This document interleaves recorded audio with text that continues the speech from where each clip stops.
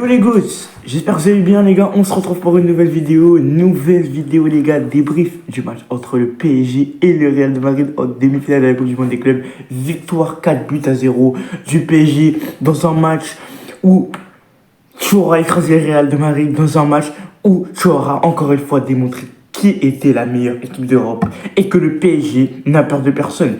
Et on va débriefer tout ça. Avant que la vidéo commence, n'hésite pas à t'abonner, à liker, à commenter, à partager. Sur ce les gars, on peut y aller.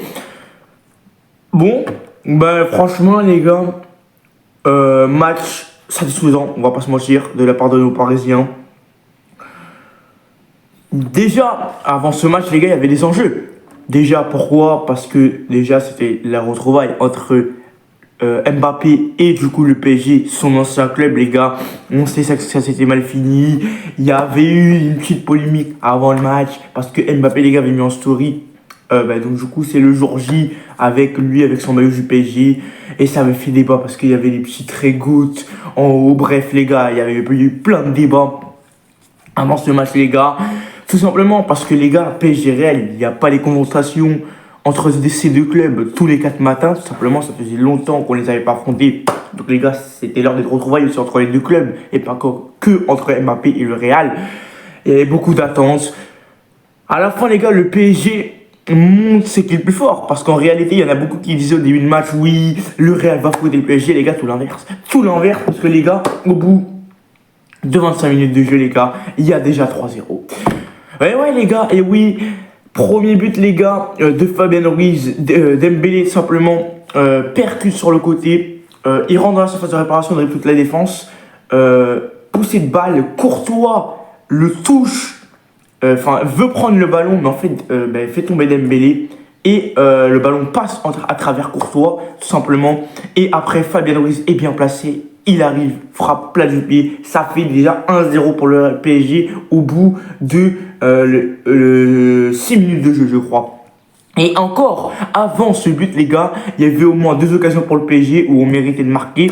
Après les gars, 2-0 au bout de 15 minutes de jeu, avec tout simplement le but les gars, but de Dembélé les gars. Donc 1-0 les gars, il y a une grosse erreur pour moi de défense sur le premier but. Et sur le deuxième but c'est pareil les gars, tout simplement Rudiger devant la surface de réparation, il contrôle le ballon, Dembélé met un très bon pressing à Rudiger et récupère la balle. Dembélé en contre 1, Courtois, Dembélé marque en place du pied, 2-0 à partir de la 25e, non même pas de la 25e minute de jeu les gars, 14e minute de jeu je crois. Et après le 3-0, but de Fabien Ruiz à la 24e minute de jeu plutôt. Il arrive encore une fois, frappe plat du pied, ça fait but, ça fait 3-0 sur une magnifique action collective. D'ailleurs, en précisant pour le 3e but, franchement les 2 premiers buts les gars c'est des erreurs défensives du Real, mais les gars, les 2 premiers buts c'est des erreurs défensives du Real, mais franchement les gars, 3e but les gars, c'est réellement une action en fait qui montre simplement et qui décrit un peu la saison du PSG. C'est que le PSG joue bien au football et le PSG punit son adversaire très rapidement. En 4-5 passes, le PSG les gars a laminé littéralement l'attaque, la défense et le milieu de terrain du Real les gars, en 4 passes. Et après Fabien Ruiz se retrouve très bien placé, frappe et marque. Donc ça fait 3-0 et à la fin du match, Gonzalo Ramos rentre et met ce 4e but. Il fait la célébration à Diogo Jota pour lui rendre hommage. Oui, c'est un Portugais, donc logiquement il fait sa célébration. Ça fait 4-0. Le PSG, franchement, on va lire un peu les premiers temps. Première mi-temps, le PSG domine clairement le Real. Le Real ne voit pas le jour. Il n'y a aucune action offensive du Real. Le Real n'est que sur la défensive. Et les gars, malgré que le Real ne soit que sur la défensive, les gars, ils prennent quand même 3 buts. Donc 3-0 à la mi-temps, le PSG domine à fond. Et deuxième mi-temps, les gars, on se gère un peu plus. On est plutôt dans tout simplement la gestion, parce que les gars, on joue dimanche dimanche la finale contre Chelsea à 20h les gars. Et Chelsea les gars, il faut savoir, ils ont joué hier les gars, ils ont gagné 2-0 contre Palmeiras, mais ils ont un jour de repos en plus que nous, donc il fallait gérer, il fallait qu'il y ait de la gestion hier. On gagnait 3-0 à la mi-temps, à la 60e minute les gars, le Cédric qui sort, Dembélé et Kvaratskhelia, ils sortent doués 15 minutes après. Donc les gars, c'était que de la gestion. Deuxième mi-temps, le Real a un peu plus dominé, il y a eu un peu plus d'occasions, mais Donnarumma a été très bon sur sa ligne. Et les gars, la défense du PSG était bonne aussi, donc le Real les gars n'a pas eu beaucoup d'occasions à se mettre sous la dent. Peut-être en deuxième mi-temps, ils en ont eu un peu plus. Mais les gars, sinon le PSG a clairement dominé son match et a clairement géré son match. Donc voilà les gars, on va tout de suite passer aux notes. On va commencer par Donnarumma. Donnarumma, je vais lui mettre un 7 sur 10 parce qu'en deuxième mi-temps, il a eu pas mal d'arrêts à faire et il les a fait comme il fallait le faire. Donc Donnarumma, les gars, je vais pas vous mentir, je vais lui mettre un 7 sur 10. De première mi-temps, il avait vraiment rien à faire. Deuxième mi-temps, il a eu quelques arrêts à faire et il les a fait, donc 7 sur 10. On va passer à la défense centrale. On va commencer par Marquinhos. Marquinhos, il a fait un très bon match, 7 sur 10. Voilà, Marquinhos, rien à dire, pas trop de cette défense. Il a clairement géré le bloc. Et les gars, il a stoppé les attaquants du Real. Tout simplement, les gars. Mbappé, les gars, à un moment, a essayé de passer, a essayé de frapper. Il y avait une frappe dangereuse qui se préparait de Mbappé. Marquinhos, pied dur. Voilà, les gars, tout ce qu'on aime. Donc, franchement, Marquinhos, je vais lui mettre un 7 sur 10. Beraldo, les gars. Bon, il y en avait beaucoup, les gars, qui avaient peur de la performance de Beraldo qu'il allait faire, les gars. Moi, les gars, j'avais fait un TikTok, les gars. D'ailleurs, le lien sera dans la description. J'avais fait un TikTok, les gars, où je vous avais dit, les gars, il y en avait beaucoup sur Twitter qui disaient oui, Beraldo, il va faire caca culotte. Les gars, moi, les gars, j'en étais sûr. Et Beraldo, les gars, aujourd'hui, la performance qui sort, les gars, c'est une masterclass. 8 sur 10 pour Beraldo. Très beau match de sa part. Défensivement solide. Sur les coups de pied arrêtés, il est là. Défensivement, il est là. Physiquement, il est là aussi, les gars. Dans les courses, il est là.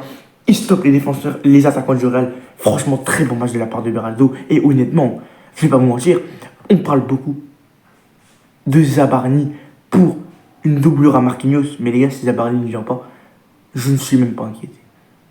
Je vous le dis, je suis peinard parce qu'on a qui? On a Beraldo en doublure de Pacho et de Marquinhos. Alors c'est sûr que si Zabarni vient, il va nous apporter en plus dans la défense, clairement. Mais si Zabarni ne vient pas, les gars, je ne suis pas choqué.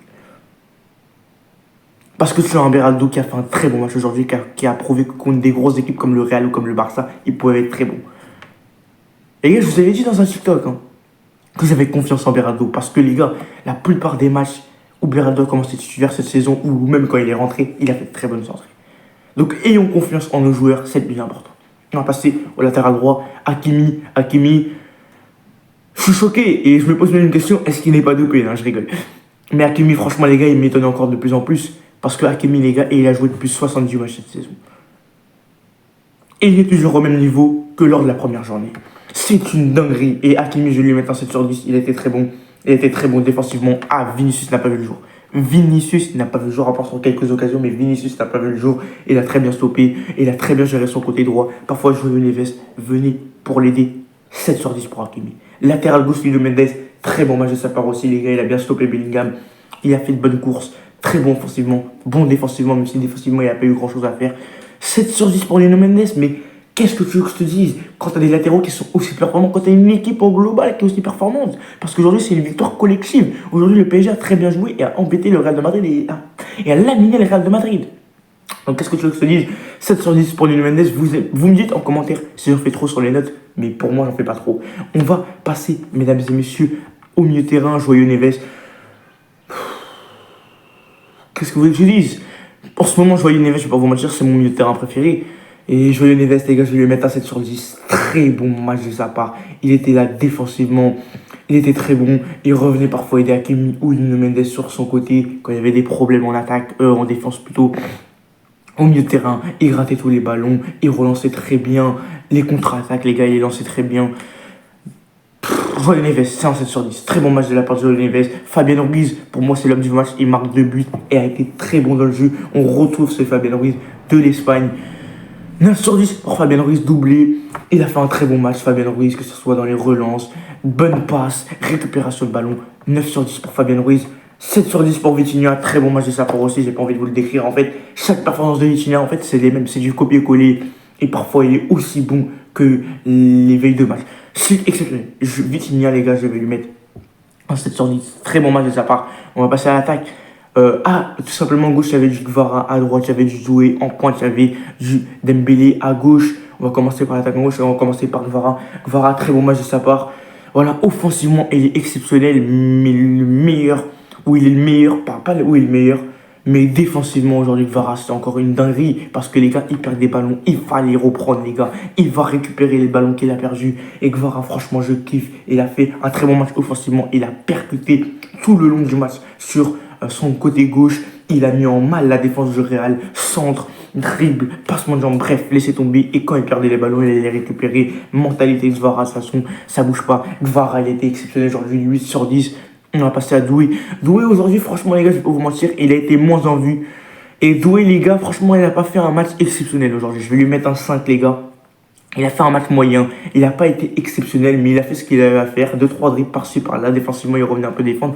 Mais il n'a pas été très en vue aujourd'hui, Doué. Donc, je vais lui mettre un petit 5 sur 10. Non, 6 sur 10. 6 sur 10 pour la part de Doué. Il n'a pas été exceptionnel. Donc, pourquoi pas le mettre sur le banc pour les prochains matchs, mais je pense surtout qu'il est fatigué, on va pas se mentir. Je ne sais pas s'il va jouer la finale, honnêtement, parce que Barcola a fait une bonne entrée. Mais ouais, Doué, les gars, un coup de moins bien aujourd'hui, mais bon, ça arrive, les gars, il a joué plus de 50 matchs cette saison, je comprends. Et on va passer en pointe à Monsieur Dembélé. Dembélé, très bon match aujourd'hui, encore une fois, sorti la 60e minute de jeu. Mais ouais, il aura fait un bon match Dembélé aujourd'hui, 7 sur 10. Voilà, encore une fois, les gars, il apporte énormément dans le jeu par ses bonnes passes, par sa qualité technique. Franchement, Dembélé 7 sur 10 aujourd'hui. Donc voilà les gars, dans la globale ça aurait été un match qui aurait été maîtrisé. Luis Enrique aura géré le match en deuxième mi-temps car le match était plié à la première mi-temps 3-0 à la rentrée à la mi-temps les gars, c'était déjà plié. Donc voilà. Franchement, match plutôt maîtrisé de la part du PSG. Chelsea, on arrive pour vous faire, ne vous inquiétez pas. Finale à 20h dimanche. Il y aura un débrief. Donc voilà les gars. Donc voilà les gars, c'est la fin de la vidéo, j'espère que vous aura plu. En tout cas les gars, n'hésitez pas à vous abonner, à liker, à me dire ce que vous avez pensé du match en commentaire, à me dire vos top, vos flops, à me dire si vous êtes confiant pour le match PSG-Chelsea en finale ce dimanche. Et à partager la vidéo. Sur ce les gars, c'est la vidéo. On se retrouve pour une nouvelle vidéo pour la prochaine live. Sur ce les gars, c'est la vidéo. Ciao les gars.